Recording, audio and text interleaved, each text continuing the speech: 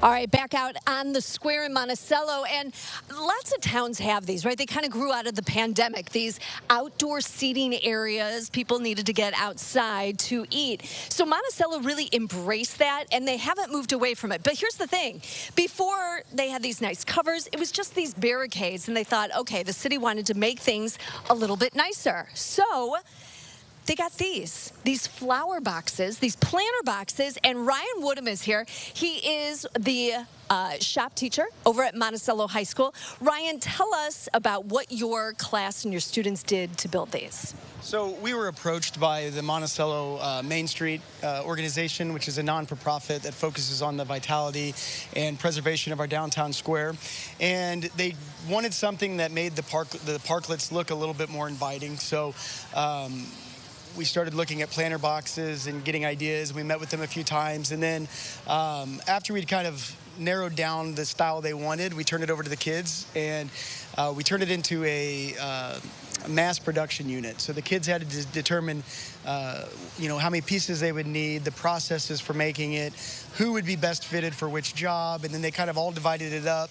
And the goal was to knock all of these out in like 2 class periods. And then we didn't. We fell a little short. It was like 3 or 4, but they got to learn a lot about manufacturing and how do you overcome supply shortages? How do you overcome backups in the production facility, stuff like that.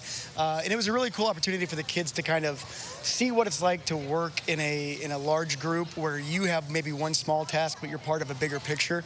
And so they did a wonderful job.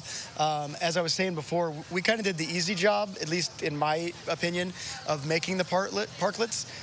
The Monticello Beautification Department, they come out every year and plant all these, and it never fails to amaze me how well they do.